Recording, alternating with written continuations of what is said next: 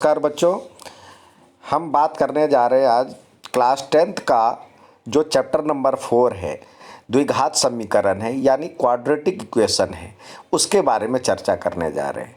ये मिनिमम 5 से 6 नंबर का आता है। तो इसमें क्वेश्चन तो बहुत तरह के बनते हैं, लेकिन जो आसानी से जो नंबर है उसको कैसे हासिल करें तो उसके बारे में इसकी बेसिक जानकारी होनी ज़रूरी है। तो मैं इसमें लेके आया हूँ बेसिक जानकारी, और ये आप मेरा वीडियो पूरे अंत तक देखें। अच्छा लगे तो लाइक और सब्सक्राइब ज़रूर कीजिएगा, शेयर कीजिएगा, और पूरा अंत तक वीडियो देखने से आपको 4 से 5 नंबर 3 से 4 नंबर मिनिमम 100% आने की संभावना है। कम समय में इसको आप 3 से 4 नंबर हासिल कर सकते हैं। तो आइए इसके बारे में देखें। जो द्विघात समीकरण है, द्विघात समीकरण का सामान्य रूप पूछा जाता है, general form of quadratic equation. General form of quadratic equation इस तरह के फॉर्म में आते हैं: ax² + bx + c = 0। यहाँ पे सारे जीरो हो सकते हैं, लेकिन ये वाला पद जीरो नहीं हो सकता, यानी a ≠ 0। ये जीरो नहीं हो सकता। ये यदि जीरो होगा तो ये आपका जो यही पद जो होगा जीरो हो जाएगा, यानी क्वाड्रेटिक इक्वेशन हुआ ही नहीं। तो ये मस्ट है, ये वाला पद होना ही चाहिए, ये वाला टर्म होना ही चाहिए। तो इसके लिए तभी होगा जब ये ≠ 0 होगा। और यहाँ पे x जो है वेरिएबल यानी चेंजेबल यानी चर पद है, और a b c जो है वो क्वाड्रेटिक इक्वेशन में रियल नंबर है। इससे पहले वाले वीडियो में मैंने बताया था जो कि क्वाड्रेटिक इक्वेशन और बहुपद में क्या अंतर है। यही यदि यहाँ पे 0 हटा दिया जाए तो ये हो जाएगा बहुपद यानी पॉलिनोमियल, और यही यहाँ पे किसी भी पॉलिनोमियल के आगे बराबर का साइन लग करके कुछ वैल्यू पुट कर दिया जाए तो ये हो जाएगा समीकरण। तो ये ध्यान रखें। अब आइए आगे देखते हैं। किसी द्विघात समीकरण में विविक्तिकर, विवेचक या डिस्क्रिमिनांट किसे कहते हैं? द्विघात समीकरण जो है ax² + bx + c, तो इसमें d जो होगा, d बराबर में b² - 4ac को कहते हैं विवेचक या विविक्तकर या डिस्क्रिमिनांट। इंग्लिश में विविक्तकर भी विविक्तकर पूछा जाता है, जो कि किसी उसमें विविक्तकर का सूत्र बताएं या विवेचक का सूत्र बताएं, तो d = b² - 4ac यहाँ पे कैपिटल D के रूप में लिखा जाता है, ये ध्यान रखें। उसके बाद मूलों की प्रकृति के बारे में चर्चा करें, नेचर ऑफ रूट्स। तो इसमें जो ये जो आपका क्वाड्रेटिक इक्वेशन है उसमें d = b² - 4ac हो जाता है। तो हम देखेंगे, आपको बताया गया है जिसके जितने पावर होते हैं उतना ही उसके शून्यक होते हैं, यानी रूट होंगे, उतने ही उसके हल होंगे।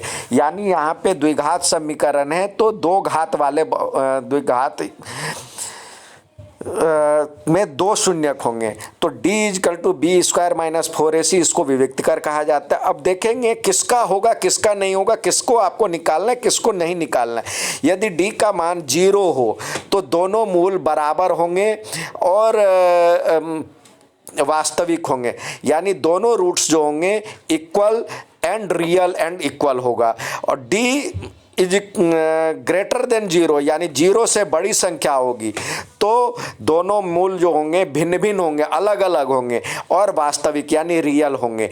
और d 0 से छोटा होगा तो मूल वास्तविक नहीं होगा। यानी आपको इसमें जो हल निकालना है, मूलों की प्रकृति के बारे में पूछा जाएगा, किस में वास्तविक होगा किस में वास्तविक नहीं होगा। तो d = b² - 4ac यानी d = 0 होगा या पॉजिटिव होगा तो वास्तविक होगा, और इसी का आपको हल निकालना है, इसी का आपको निकालना है, आगे लेकर के चलना है। d = नेगेटिव हो जाता है, यानी 0 से छोटी संख्या हो जाएगी तो अवास्तविक। यदि ये हो जाए तो मूल आपसे इस क्लास में 10th में इस यदि नेगेटिव आ जाए तो आपको लेकर के ही नहीं चलना है, इसका मूल ही नहीं निकालना है। तो ये यहीं पे ये ख़त्म हो जाएगा, आपको वास्तविक लेकर के ही चलना है। यदि d इक्वल टू 0 हो या पॉजिटिव हो तभी आप पहले d निकाल लेंगे। d इक्वल टू यदि देखेंगे पॉजिटिव हो रहा है तभी हल निकालेंगे, 0 हो रहा है तो दोनों एक जैसे होगा, और माइनस हो गया तो वहीं पे आप छोड़ दें। द्विघात समीकरण के मूल ज्ञात करने के सूत्र जो होते हैं ये होता है ax² plus bx plus c, तो द्विघात समीकरण हो गया।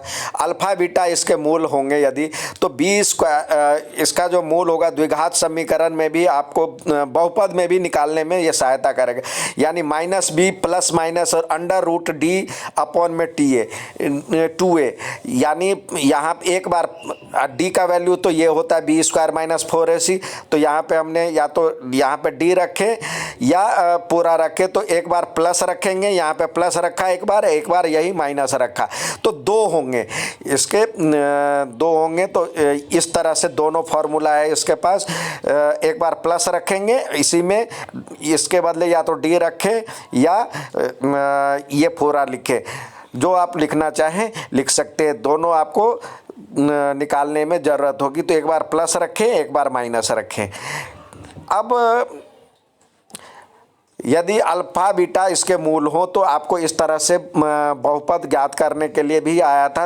यदि अल्फ़ा बीटा यानी 2 मूल दिए हुए हों, शून्यक दिए हुए हों, तो बहुपद जैसे निकालते थे वैसे ही इसका भी समीकरण निकाल सकते हैं, यानी x² माइनस मूलों का योग शून्यकों का योग प्लस x यानी अचर पद चर पद प्लस मूलों का गुणनफल इज इक्वल टू 0 लगा दिए तो बहुपद से समीकरण बन गया।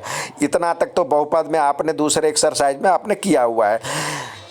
अब ये भी आता है मूलों की जो ये बनाए हुए हैं दूसरे एक्सरसाइज में ax² plus bx plus c is equal to 0, तो मूलों का योग यानी शून्यकों का योग सम ऑफ जीरो जो होता है ये -b/a, और मूलों का गुणनफल शून्यकों का गुणनफल प्रोडक्ट ऑफ जीरोज। तो यहाँ पे इसमें शून्य के बदले रूट कहा जाता है। मूलों में मतलब द्विघात समीकरण में द्विघात बहुपद में आपको कहा जाएगा शून्यक, और यहाँ पे ये हिंदी में इसको मूल कहा जाता है, जबकि इंग्लिश में वहाँ पे जीरोज कहा जाता था, इसमें रूट कहा जाता है। तो सम ऑफ जीरोज के बदले root of zeros, sum of roots equal to -b/a, product of roots c/a। तो इस तरह के समीकरण बनते हैं। इसमें आप को ज़्यादातर ऑब्जेक्टिव टाइप तो इतने से ही आपको समझ में आ जाएगा, और यदि आपको जो एक्सरसाइज है एक्सरसाइज में आपको प्रॉब्लम बेस्ड दिया जाता है तो इसमें इसका यूज ज़रूर करें।